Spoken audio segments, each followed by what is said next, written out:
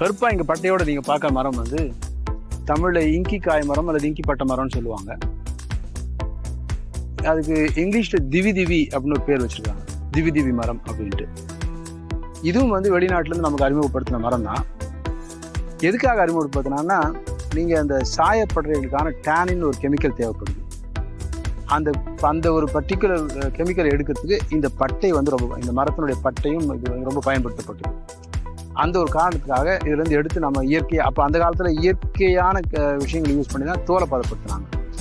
எப்படி நம்ம வேட்டில்ஸ் இன்ட்ரடியூஸ் பண்ணி தோலை பதப்படுத்துக்காக எடுத்தோமோ, அது மாதிரி நிறைய விஷயங்களை இன்ட்ரடியூஸ் பண்ணி தோலை பதப்படுத்துக்கான கெமிக்கல்ஸ் எடுத்தோமோ, அதுக்கான அப்படி ஒரு மூலப்பொருளுக்கான விஷயமாக தான் அது அறிமுகப்படுத்தப்பட்டது.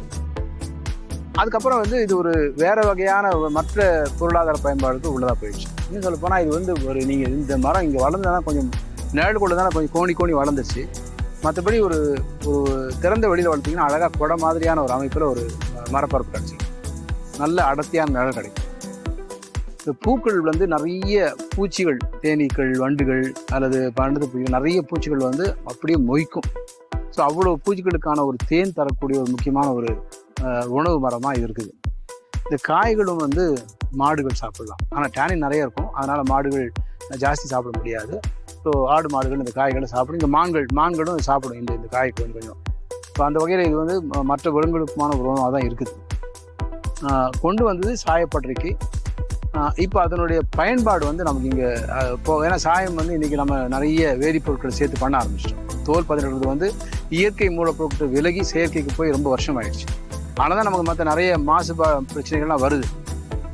தோல் பட்டறைகள் எங்கெங்கெல்லாம் இருக்குதோ அங்கெல்லாம் வந்து நிறைய அச்சுப்பொருட்கள் மண்ணுக்குள்ளே போய் தண்ணிக்குள்ளே போய் இந்த பிரச்சனைகள்லாம் வர்றதுக்கு காரணமே இந்த இயற்கையிலேருந்து விலகி அதுக்கு போகிறது தான்.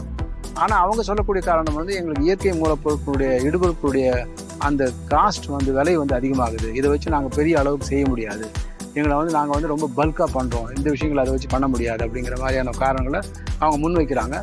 அது நம்ம வணிக ரீதியாக அவங்க சொல்லும்போது நம்ம அதை ஒதுக்க முடியாது. அதே சமயத்தில் இதை வணிக ரீதியாக எப்படி இதெல்லாம் மாற்றுறதுக்கான ஒரு முடிவும் நம்ம எடுக்கணும். நம்ம இருக்கிற இடத்துக்கு மிக பக்கத்தில் தான் வந்து மத்திய தோல் ஆராய்ச்சி நிறுவனம், சென்ட்ரல் லெதர் இது இருக்குது. அவங்களும் நிறைய ஆராய்ச்சி பண்ணிட்டு தான் இருக்கிறாங்க. அந்த மாதிரி நிறைய நிறுவனங்கள் சேர்ந்து ஆய்வு பண்ணி இதெல்லாம் எப்படி முன்னுக்கு கொண்டு வரணுங்கிறத நம்ம கொஞ்சம் தீவிரமாக செயல்படுத்த வேண்டிய ஒரு விஷயம். பொட்டானிக்கல் நேம் வந்து சிசால்பினியா கோரியாரியா. நான் முந்தி சொன்ன மாதிரி இதுவும் வந்து அந்த கொன்றை இதை சேர்ந்த ஒரு மரம் தான்.